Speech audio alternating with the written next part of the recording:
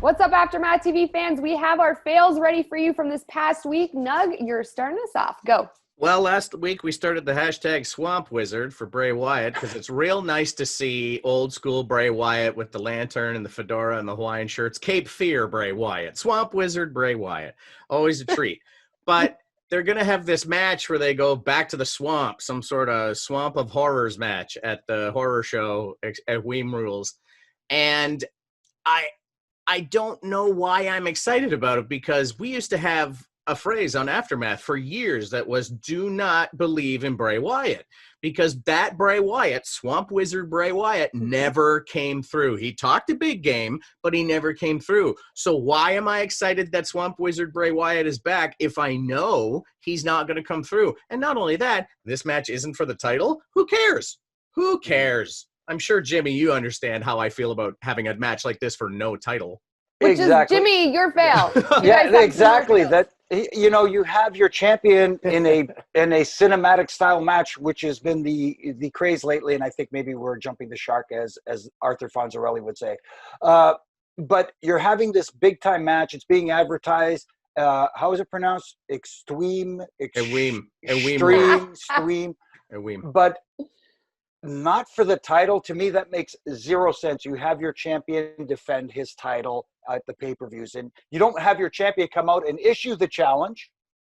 Yes, but it's not for the title. To me, that makes no sense whatsoever. It does. It makes no sense. If you're going to go through all this trouble, you know, add a little value to it by making it for the title. You know, Nug, you talked about the constant disappointment from Bray Wyatt, and then you think maybe this is the time. You know, if we're playing heads and tails and you get 10 tails in a row, the next one could be the heads. You never know, right? This is why people gamble. Yes. Here's the thing. We're gambling with Bray Wyatt. Yeah. Just a little peek behind the curtain for our Aftermath fans there. I've had conversations with Bray Wyatt, and I've had a little glimpse of what goes on in there.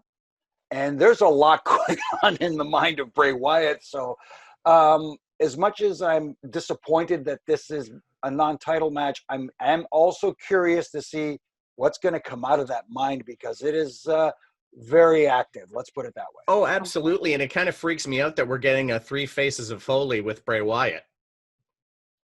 Maybe the Fiend does show up in some form or fashion. Since it's going to be done, maybe Cinematic. Cinematic. All three of them can show up now. I love cinnamon. Imagine. Okay, AC, your fail has to deal with Ruby Riott. So does mine, but you're going to go first. Yeah, it just kind of seemed like with all this Be a Star campaign, anti-bullying stuff, they're kind of picking on her.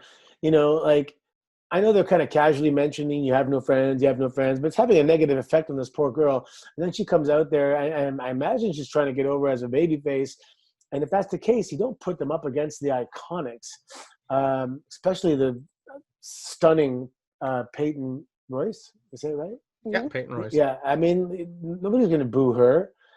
So it's kind of bad booking. The Iconics are kind of tweeners anyway. You know, they're not really bad guys, not really good guys. They're supposed to be bad guys, but they're so funny, you love them. And it just didn't do Ruby Riott any justice. One, to get picked on, then come out there and not successfully even kind of defend herself and fight a person that people love. So I'm not sure where they're going with this. So, Nug, I'm curious to hear what you think, because Ruby Riott's one of your favorites, or in the pool of one of your favorites. And to me, she's one of the most unique talents on the roster, like a complete package. And she has yet to be a women's champ. Like, what does she need to do to get there? I think the last match she won was in February of 2019. Yeah, it's been a long time. Been a real long time. And she had the Riot Squad when she came up initially with Liv and Sarah Logan.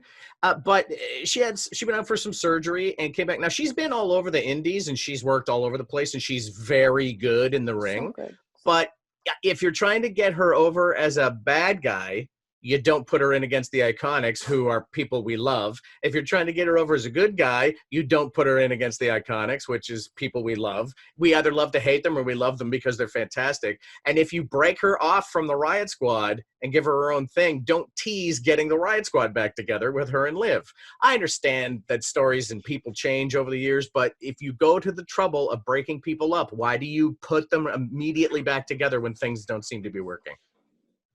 That's a very good point. And going back to Nug's point and to AC's point, it's a little bit off the rails here, but that's the thing with the Iconics. They're supposed to be villainous, but at the same time, they're so entertaining. You're enjoying watching them.